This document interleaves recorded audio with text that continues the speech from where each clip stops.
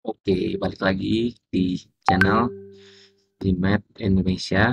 Hari ini kita bakal belajar tentang data sufficiency ya. Jadi sebagai refresh kita bisa lihat kita belajar apa hari ini. Jadi kita belajar aspek ujian yang kuantitatif, tapi kita fokus di data sufficiency ya. Jadi, data sufficiency ini agak berbeda dengan, problem solving ya, seperti layaknya pertanyaan-pertanyaan yang biasa ditemukan di ujian. Ada soal, lalu ada, pilihan A, B, C, D, E gitu ya. Ini agak berbeda, jadi agak unik dan ini unik, tesnya jarang jenis pertanyaan seperti ini jarang ditemukan di jenis tes manapun gitu ya. Oke, jadi, tetap formatnya multiple choice, tapi agak sedikit unik. Mungkin kalau misalnya kita lihat ya terkait dengan problem solving itu cukup cukup straightforward ya. Jadi kalian dihadapkan dengan pertanyaan. Jadi ada pertanyaan di sini misalnya berapakah X gitu ya. Nanti kalian tinggal jawab A, B, C, D-nya gitu ya. Tapi kalau di eh, ini contohnya ya. Nah, contoh nih, kalau problem solving, gampang banget kan. Example, if 5x kuadrat sama dengan 20, maka x sama dengan, ya ini kan artinya tinggal di solve aja ya, bahwa x kuadrat ini sama dengan 4, berarti x-nya ini eh, minus 2 dan 2 gitu ya, bisa 2. Nah ini jangan salah juga, jangan ambil langsung yang 2 ya, tentang x kuadrat sama dengan 4. Tapi kalau X kuadrat sama 4, artinya X-nya itu bisa minus 2, bisa 2. Ya, jadi kalau problem solving karena sangat straightforward, jadi nggak bakal kita bahas banyak. Jadi kita bakal fokus ke data sufficiency gitu ya. Oke, nah jadi seperti apa sih kalau data sufficiency itu gitu ya. Eh, kita bisa lihat ini adalah contoh pertanyaan sebab akibat ya yang kita sering jumpai di tes-tes di Indonesia. Siswa yang mengikuti bimbingan belajar semakin banyak. Siswa menyediakan lebih banyak waktu untuk belajar. Statement satu, siswa yang mengikuti bimbingan belajar semakin banyak. Statement 2, siswa menyediakan lebih banyak waktu untuk belajar. Manakah di bawah ini yang menggambarkan hubungan pernyataan satu dan 2? Nah, kalau kita lihat di sini kan siswa menyediakan lebih banyak waktu untuk belajar, maka eh, sebagai akibat dari banyaknya siswa yang menyediakan waktu lebih banyak untuk belajar tersebut, uh, bimbingan belajar jadi penuh gitu ya. Siswa yang mengikuti bimbingan belajar semakin banyak gitu. Jadi di pertanyaan ini menjawabnya itu ya jawabannya adalah yang B gitu ya. Pertanyaan dua adalah penyebab, sorry, yang A ya, berarti pertanyaan satu adalah penyebab, bener yang B. Pertanyaan dua adalah penyebab dan pertanyaan satu adalah akibat gitu ya.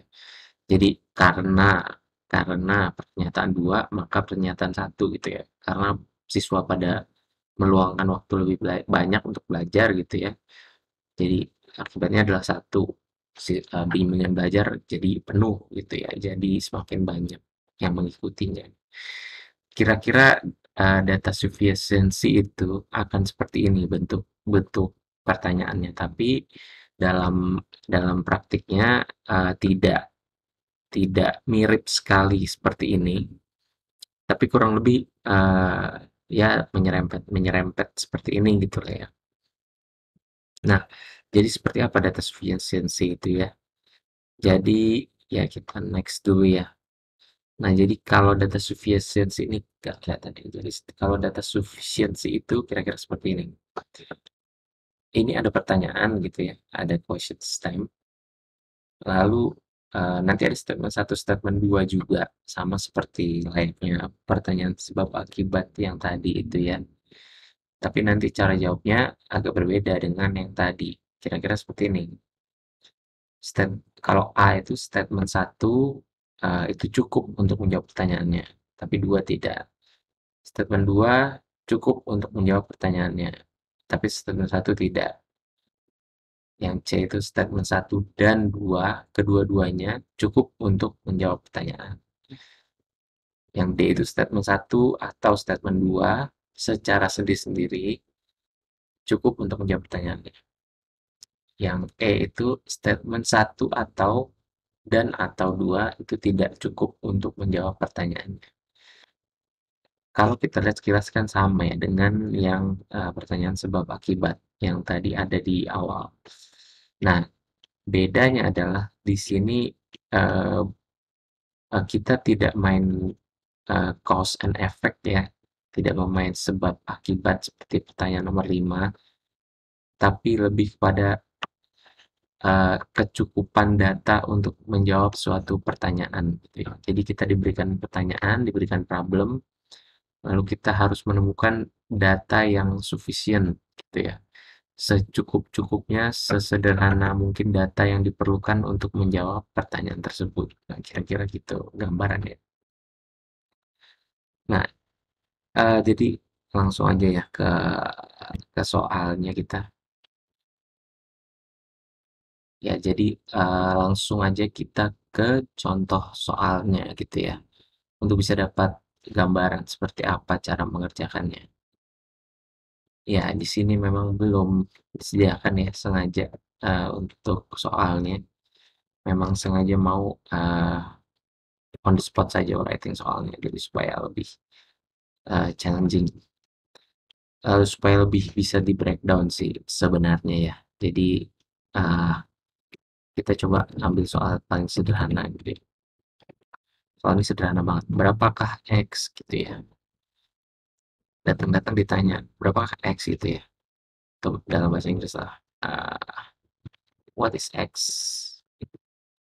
Tahu-tahu kita ditanya, berapa X? Dan kita disuruh jawab. Nah, kita nggak bisa jawab pertanyaan ini gitu ya. Sampai kita dikasih tahu X-nya. Karena ini datang-datang nanya X. Kita nggak dikasih informasi apa-apa. Jadi ini dari pertanyaan ini nanti statement satu memberikan kita informasi bahwa misalnya X adalah 3 gitu ya. X sama dengan 3. Kalau sudah seperti ini, uh, jadinya ya kita sudah bisa jawab pertanyaannya gitu ya. Oh ya, sekarang sudah bisa dijawab. Pertanyaannya adalah 3. Pertanyaannya adalah berapa X? Jawabannya 3 gitu ya. Sehingga jawaban yang benar adalah A gitu ya. Karena di sini A menyatakan bahwa statement satu cukup untuk menjawab uh, pertanyaan, tapi tidak statement 2 gitu ya. Jadi pertanyaan ini jawabannya X sama dengan 3. Nah, di stat lalu lalu di statement 2 kalian juga dikasih informasi nih, misalnya bahwa X sama dengan 6. Nah, ketika kalian tahu bahwa X itu 6, diberitahukan dalam statement 2, ini jadi tidak A lagi jawabannya. Namun jawabannya jadi D gitu ya. Kenapa kayak gitu? Karena kalau kita refer balik ke sini bahwa statement satu ini adalah yang A itu adalah statement satu cukup untuk menjawab pertanyaan, tapi statement 2 tidak gitu ya. Nah, sementara yang B itu menyatakan statement 2 cukup untuk menjawab pertanyaan, tapi satu tidak. Sementara kembali lagi ke pertanyaan yang tadi, kita dikasih tahu informasi bahwa satu itu X gitu ya. Satu itu X sama dengan 3, dan 2 itu X sama dengan 6. Kedua pertanyaan ini, kedua statement ini ya, kedua statement satu atau statement 2 secara sendiri-sendiri bisa menjawab berapa itu X gitu kan ya. Jadi jawabannya berubah jadi yang D. Gitu ya. Jadi sebelum kita mengevaluate statement 2 tadi ya. Jadi ketika ketika tadi masih baru kita lihat statement satu saja, Oke, jawabannya A gitu ya. Jadi urutan cara berpikirnya gitu ya. Pertama kita dapat pertanyaan gitu ya. Berapakah X gitu ya. Terus kita ya kita nggak tahu jawabannya karena belum dapat informasi. Lalu kita dikasih tahu, oh saat X itu sama dengan 3. Oke, berarti jawabannya 3. Lalu kita berpikir kan, oh ya udah jawabannya A karena statement satu cukup untuk menjawab pertanyaan, tapi 2 tidak gitu. Karena kita 2 belum tahu sebenarnya gitu ya, bukan 2 tidak bisa menjawab pertanyaan, tapi 2 kita tidak tahu, belum tahu. Tapi begitu di-reveal statement 2-nya adalah X sama dengan 6, maka sekarang sudah ter-reveal bahwa statement satu atau 2 itu bisa menjawab pertanyaannya secara sendiri-sendiri. Jadi jawaban yang D. Bukan yang B ya, karena yang B ini statement 2 cukup untuk menjawab pertanyaannya, namun satu tidak gitu ya. Sementara di sini satu itu bisa menjawab pertanyaannya. Jadi jawabannya yang D pertanyaan ini. Nah, ini harapannya bisa kebayang pertanyaan jenis pertanyaan dari data sufficiency ini seperti apa. Nah, ini contoh yang paling gampang. Nantinya di aktual GMAT-nya itu pertanyaannya akan lebih tricky ya, akan lebih tricky. Jadi coba akan gue coba bikinkan contoh yang lebih on spot gitu ya. Kita kesinikan slide selanjutnya. Jadi pertanyaan sekarang gue ganti gitu ya. Masih sama, berapakah X gitu ya. Tapi di sini gue misalkan X adalah lebih dari 4. Nah, X adalah lebih dari 4. Statement satu. Bisa nggak kita jawab X itu berapa ketika kita dapat informasi bahwa X lebih besar dari 4 gitu ya. Nah, ini statusnya kalau pertanyaan seperti ini kita nggak bisa jawab. Karena ketika X lebih besar dari 4, maka X itu bisa 3, sorry, bisa 5, bisa 6, bisa 7, bisa 8, bisa 9, bisa 10, bisa 1 juta, bisa 10 juta, dan seterusnya. Jadi kita tidak bisa menjawab pertanyaan berapa itu X gitu ya. Artinya berbeda dengan contoh yang sebelumnya ya, kita nggak bisa mengambil kesimpulan bahwa jawabannya A, bahkan di saat kita tahu statement satu berapa, kita nggak bisa jawab.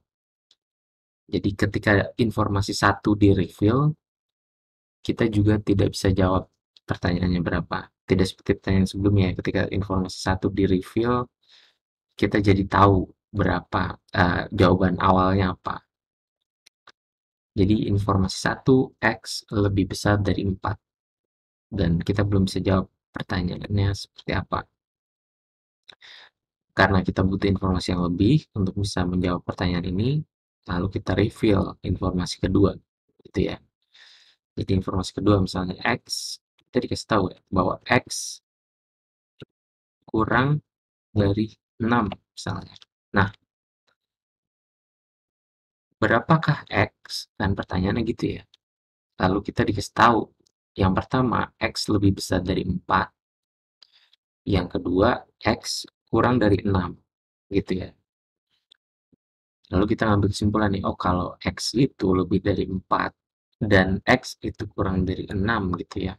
Lalu kita menyimpulkan kan, oh artinya X itu sama dengan 5 gitu ya. Kalau memang seperti itu ya, artinya jawabannya jadi C, ya kan ya? Jawabannya menjadi C. Karena dengan C artinya statement satu dan statement 2, kedua-duanya cukup untuk menjawab pertanyaan tersebut. Nah, dalam hal ini kita berasumsi bahwa X itu adalah bilangan bulat gitu ya.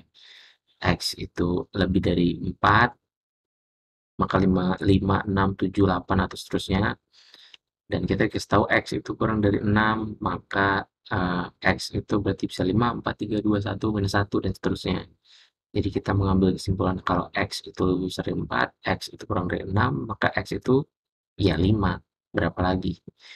Tapi lagi-lagi kita tidak boleh berasumsi sebenarnya dalam pertanyaan GMAT. Jadi ketika kita mengambil opsi C sebagai jawaban, sebenarnya kita berasumsi bahwa X-nya itu adalah bilangan bulat. Padahal X itu bisa saja 4,5 gitu ya. Bisa saja X itu 4,7, bisa saja X itu 5,1 gitu ya. Kalau sudah seperti itu, artinya berapa X-nya itu kita tidak tahu. Karena bisa antara 4,0001 sampai dengan 5,999 gitu ya. Jadi, uh, do not assume ya, X is integer. Jangan berasumsi X itu bilangan bulat. Unless written. Nah, dalam hal ini jawabannya yang benar adalah E, gitu ya. Pertanyaan ini jawabannya adalah E karena statement 1 dan atau statement 2 tidak cukup bagi kita untuk menjawab pertanyaan berapakah X gitu ya.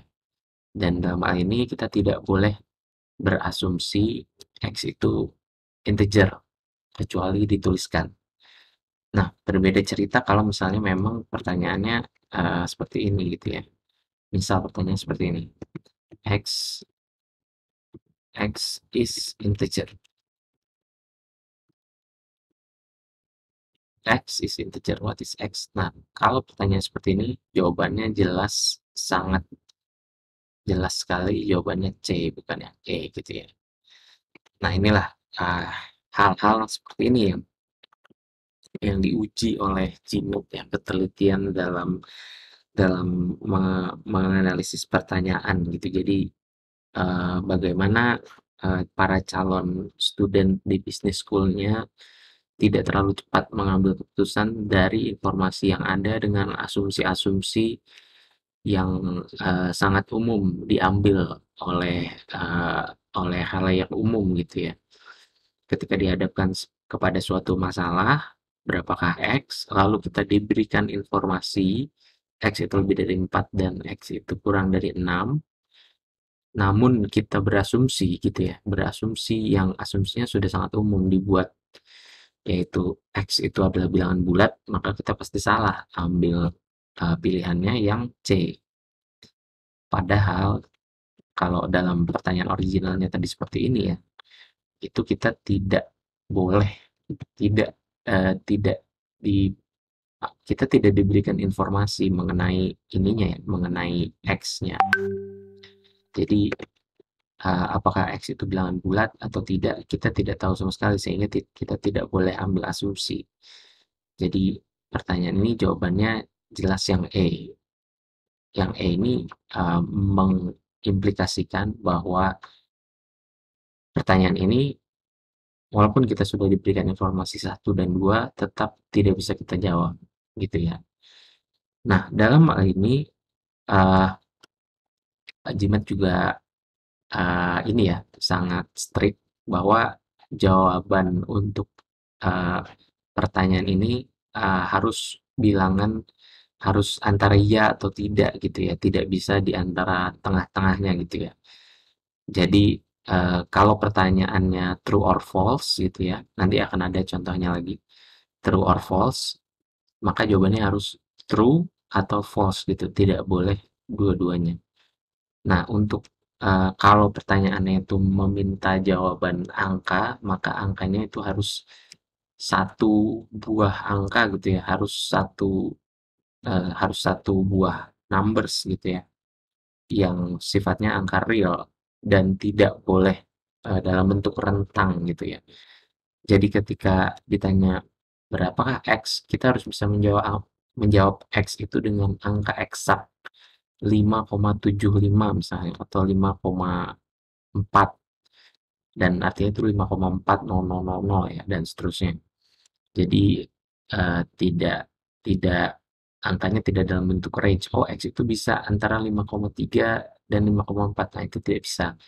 Angkanya harus benar-benar eksak. Makanya di pertanyaan ini eh, kita tidak boleh berasumsi bahwa X itu bilangan bulat sampai dengan dituliskan. Karena kalau pertanyaan bentuknya seperti ini, X-nya itu bisa 4,7, 4,8, 4,81, 4,82, 4,823, dan seterusnya. Artinya banyak sekali uh, infinite numbers gitu ya, infinite numbers of X possible gitu ya, dan itu tidak boleh, harus hanya one and only one X, kira-kira seperti itu. Nah, ya, lanjut ya, kita ke coba kita elaborate jenis pertanyaannya lagi. Seperti apa sih data sufficiency? Jadi kita coba ambil pertanyaan yang sifatnya true or false gitu ya. Kita ambil jenis pertanyaan yang true or false. Jadi kita riset ya pertanyaannya. Sekarang pertanyaannya gini, bukan what is X, bukan berapa X gitu ya. Bukan bukan bukan nanya berapa eksaknya angka X gitu ya. Tapi pertanyaan jadi gini sekarang. Apakah X itu kurang dari eh, berapa ya? 2 misalnya. Berapakah X itu bukan gitu. Apakah X kurang dari 2 gitu ya. Nah, ya kita nggak tahu X-nya berapa, kurang dari 2 atau lebih dari 2 nggak tahu, kita nggak bisa jawab. Sama seperti pertanyaan sebelumnya ya, what is X? Ya kita nggak tahu, kita baru saja dikasih pertanyaannya. Jadi, eee, kita harus reveal informasinya satu persatu, antara satu dan 2 gitu ya. Jadi, misalnya kita dikasih informasi, informasi satu adalah bahwa X kuadrat gitu ya, sebentar, X kuadrat,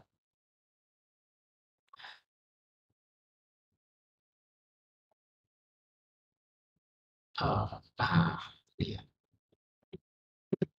bahwa X kuadrat adalah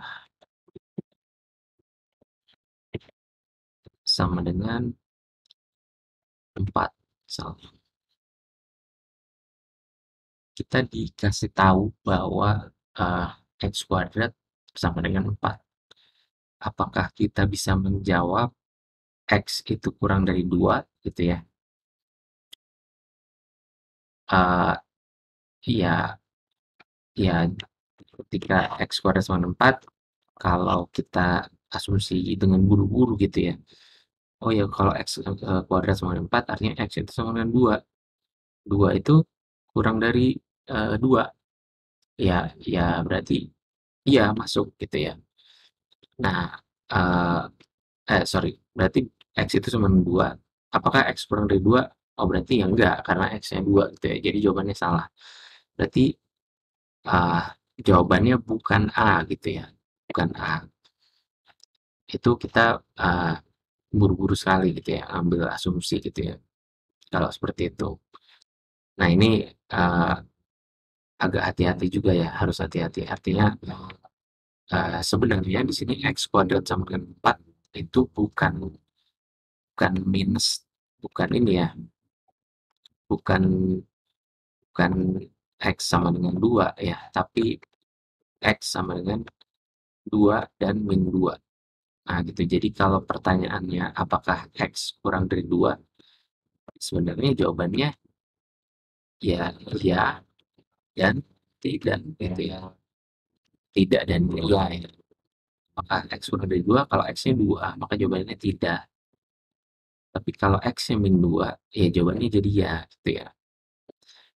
Nah, kalau kalau case-nya seperti ini, kita tidak bisa jawab karena ini ada duality gitu ya. Jawabannya bisa ya, bisa tidak. Nah, ini jawabannya tidak. Ini artinya statement ini tidak cukup untuk menjawab pertanyaan gitu ya. Jadi kalau kalau dia itu pertanyaannya contoh kita balik ya. Misalnya pertanyaannya, apakah X kurang dari 3 gitu ya. Nah, ini apakah X kurang dari 3 kan kita tahu di sini bahwa X itu adalah sorry, bahwa X itu adalah 2 dan X itu adalah min 2 ya. Tadi kita tahu ya. Dan pertanyaannya adalah apakah X kurang dari 3? Maka jawabannya tidak gitu, iya dan iya gitu kan ya. Jadi ini jawabannya bahwa artinya statement satu cukup cukup untuk menjawab pertanyaannya gitu ya. Karena jawabannya mau gimana pun jawabannya iya dan iya gitu ya. Nah, oke. Nah, sekarang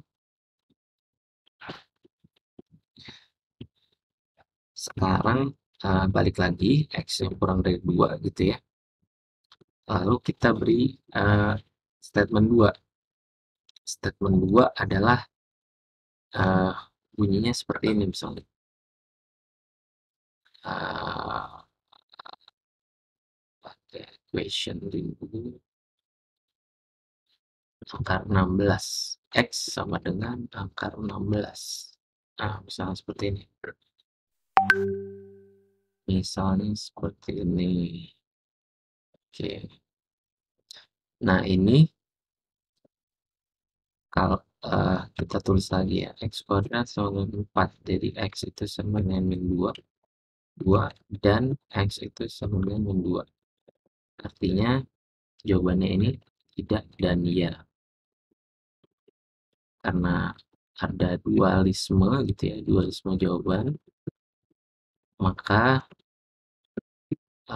statement 1 tidak cukup.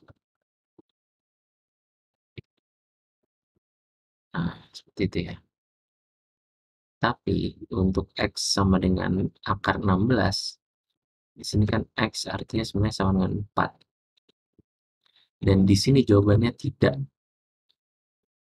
Ketika jawabannya tidak dan bulat tidak gitu ya, maka tidak ada dualisme gitu ya. Sehingga statement 2 ini sebenarnya meskipun jawabannya tidak gitu ya, statement 2 cukup untuk menjawab pertanyaan ini. Gitu. Jadi yang kita cari bukan jawaban iya-nya ya, bukan jawaban iya dan bukan jawaban tidaknya gitu ya. Tapi yang kita cari adalah sebenarnya dualismenya. Ketika suatu statement memberikan dua jawaban, bisa iya bisa tidak, artinya ada dualisme, artinya pertanyaan itu, pernyataan itu tidak cukup untuk menjawab pernyataan yang ada di atasnya ini gitu ya. Dalam hal ini statement 1 memberikan kita informasi bahwa X itu bisa 2 dan X itu minus 2.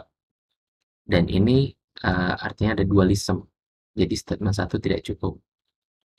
Nah, kalau X itu sama dengan akar 16, maka X sama dengan 4, artinya X itu tidak kurang dari 2 gitu ya. Maka tidak ada dualisme. Jadi statement 2 itu cukup untuk menjawab. Nah, dalam hal ini pernyataan ini pertanyaan ini jawaban yang benarnya adalah yang B gitu ya. Karena statement 2 cukup dan statement 1 tidak cukup. Nah, uh, perlu perlu diteliti juga ya bahwa terkadang uh, terkadang kita kan tidak tidak terlalu teliti gitu ya, sehingga x kuadrat itu ya di statement 1 x kuadrat sama dengan 4 itu ya sudah kita lupa gitu ya. Jadi x kuadrat sama dengan 4 sama dengan x sama dengan 2 saja. Tidak x sama dengan 2 dan x minus 2 gitu ya. X sama dengan minus 2. Sehingga kalau seperti ini kesalahannya x kuadrat sama dengan 4, lalu kita langsung straightforward saja gitu, x sama dengan 2, lalu kita jawabannya di sini iya gitu ya, bukan tidak dan ya, dan di sini misalnya langsung oke, kalau jawabannya berarti tidak ada dualisme gitu ya. Oke, berarti artinya statement satu cukup gitu. Nanti jawabannya jadi salah kalau seperti ini. Kalau tidak teliti gitu ya, jawabannya jadi yang D kalau pertanyaan seperti ini. Nah, ini salah gitu ya. Kecuali kecuali ya, misalnya pertanyaannya kita tambahkan jadi seperti ini, bahwa X is positive number. X is positive.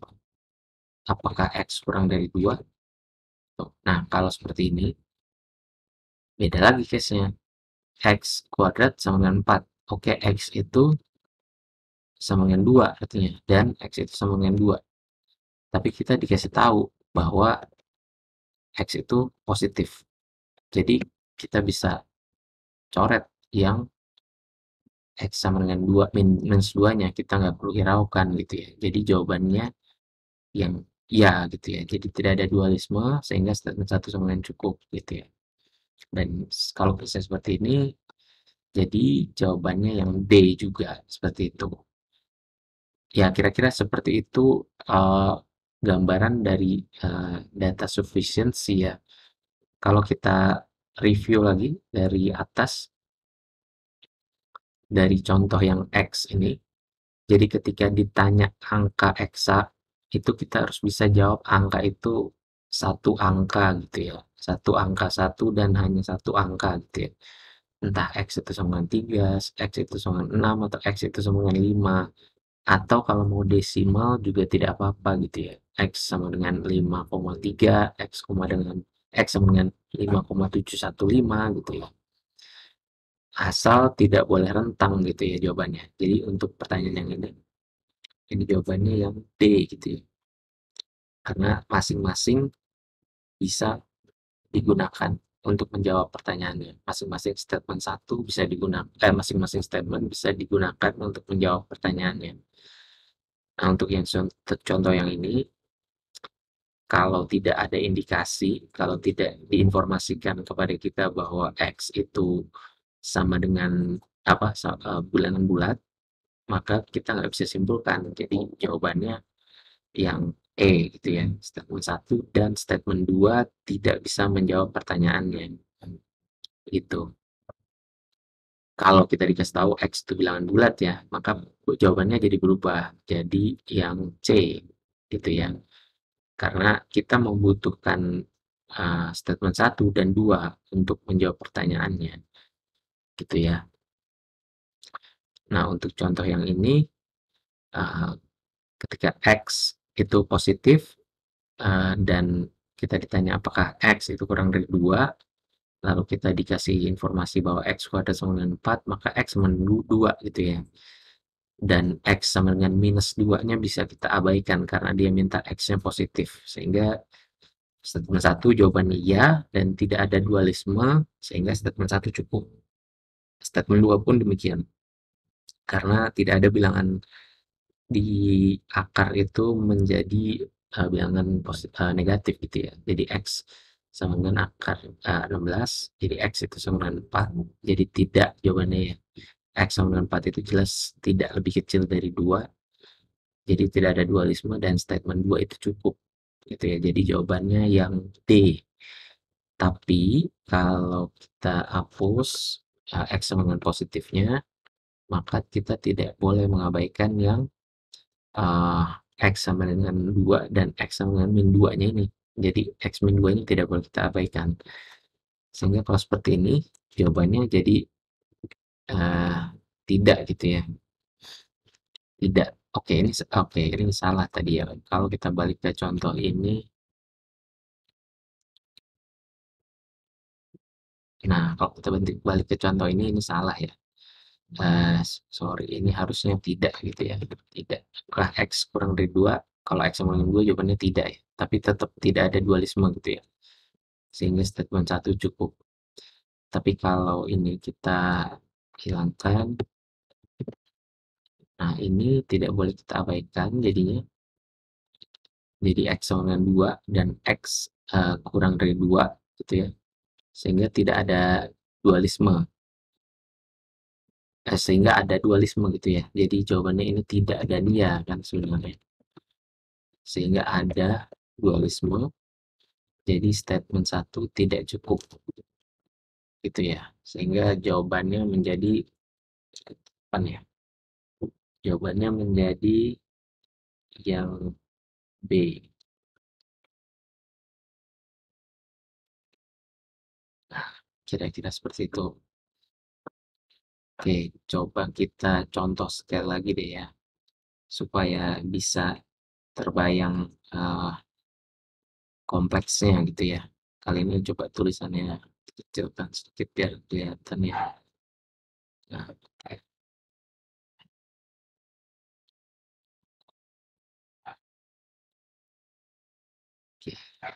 ini cukup.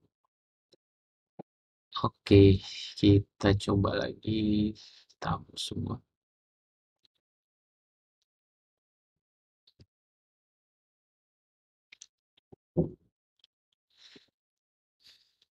Sekarang pertanyaannya, eh,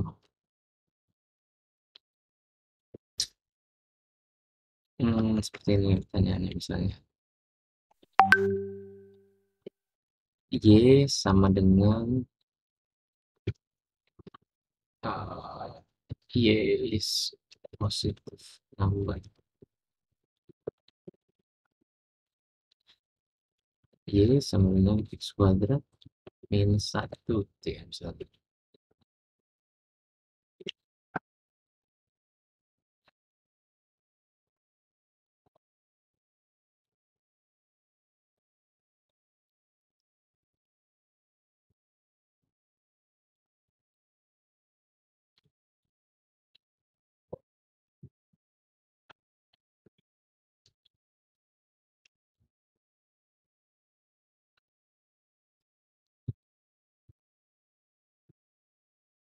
Ah, oke. Pertanyaannya apakah X positif? Oke, seperti ini ya misalnya contohnya. Oh, apakah Y is positive number? Oke, Y sama dengan X kuadrat min 1. Apakah X positif? Pertanyaannya gitu ya. Atau kita sebentar lupa ya. X is positive number. Y sama dengan X kuadrat min 1. Is Y positif? Nah, gitu deh pertanyaannya. Terus kita dikasih informasi. Ini tentunya belum bisa kita jawab ya kalau ini. X is positive number. Oke. Y sama dengan X kuadrat min 1. Artinya kalau misalnya kita coba masukin di situ X-nya minus, misalnya minus, sorry, minus, nggak boleh minus ya. Misalnya X-nya, misal ya, misal nih, X sama dengan 0,5 misalnya. Artinya Y-nya menjadi 0 minus 0,75 ya, gitu kan. Sementara kalau X-nya 1 gitu ya, maka Y-nya jadi 0. Gitu ya. Kalau X-nya 2, Y-nya jadi 3 gitu ya. Artinya Y-nya kita nggak tahu kan berapa, bisa positif, bisa 0, bisa negatif gitu ya. Nah, ini ditanya berapa, apakah Y positif gitu ya. Lalu kita dikasih pertanyaan, ininya, informasinya seperti ini, bahwa X itu adalah 0 sampai 1. Nah, lalu informasi kedua adalah X sama dengan 0,5 sampai 0,75 misalnya. 0,25 sampai 0,75. Nah, misal seperti ini gitu ya. Apakah Y-nya positif? Nah, kalau seperti ini, informasi satu kita dikasih 0 kurang dari X kurang dari 1 gitu ya. Artinya X-nya antara 0 dan 1. Nah, di sini artinya Y-nya itu kan 0 Kalau kita masukkan di Y-nya artinya minus 1, Y sampai 0 gitu ya. Di sini Y-nya positif nggak? Nah, ini jawabannya tidak, gitu ya. Dan ini tidak ada dualisme gitu ya. Tidak ada dualisme sehingga statement satu cukup untuk menjawab. Kita bisa asumsikan A ya jawabannya, karena statement 2 belum kita evaluasi. Tapi di statement 2 ini kita dapat 0,25 itu uh, kalau kita masukkan 0,625 ya, berarti 0,0625, jadi X-nya itu ya kurang lebih minus ya, minus 0,9 berapa ya, 9375 gitu ya. Ya ini perkiraan yang bisa salah ya. Intinya dia sebenarnya kurang dari lebih besar dari satu sedikit gitu ya.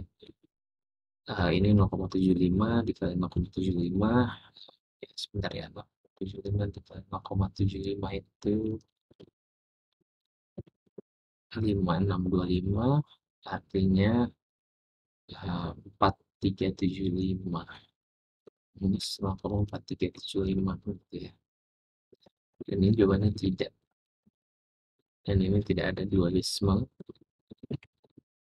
artinya statement 2 cukup. Nah, kalau seperti ini jawabannya menjadi yang D gitu ya.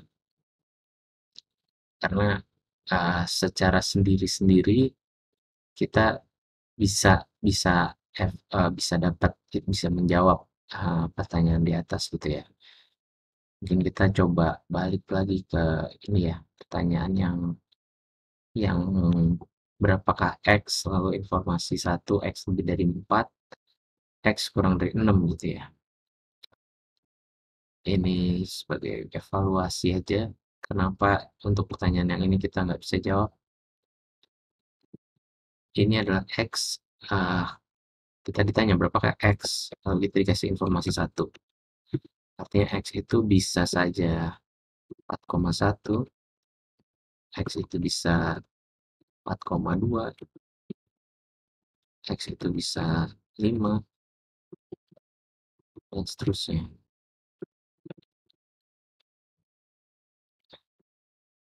Kalau di sini jadi uh, multiple possibility for X gitu ya. Artinya 1 tidak cukup. Nah, untuk yang X kurang dari 6 sama X itu juga 4, bisa bisa 5,9, bisa 5,8, 5,7 gitu ya.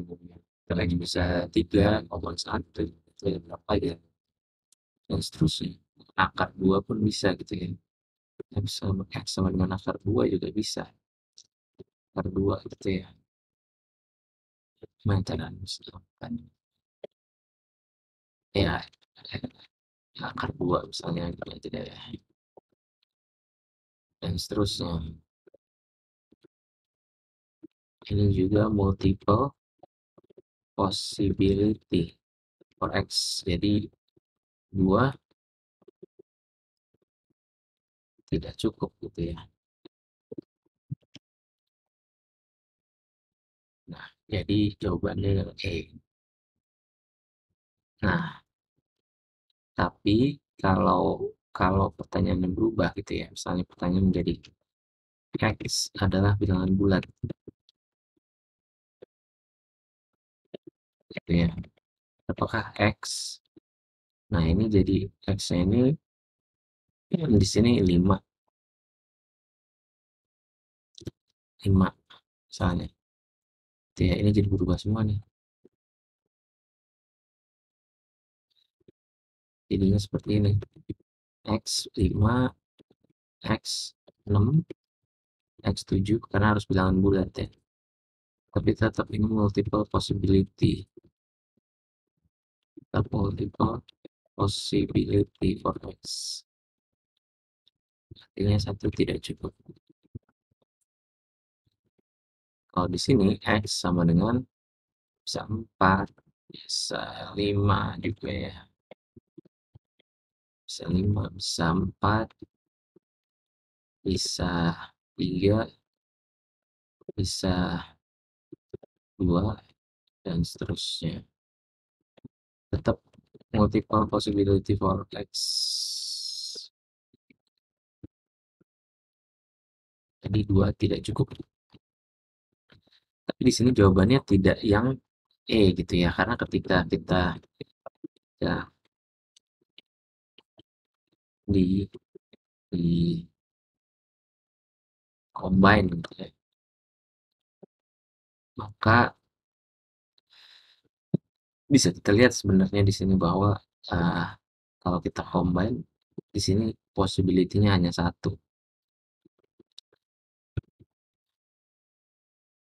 X kurang dari 4, X kurang dari 6, X is integer, maka X sama dengan 5.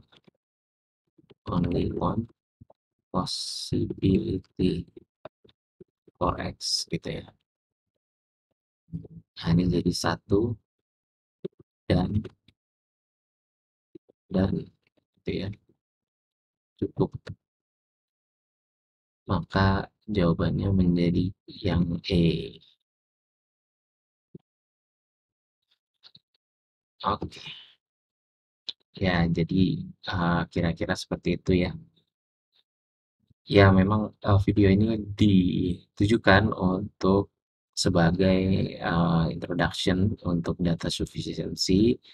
Jadi feel free kalau ada pertanyaan bisa komen, dan karena ini video introduction, harapannya nanti kalau ada video-video lainnya terkait data sufficiency sudah tidak bingung lagi ya tentang cara pengerjaannya gitu ya. Nah, kira-kira gitu. Oke, oke, jadi sekian sampai di sini dulu untuk introduction data sufficiency.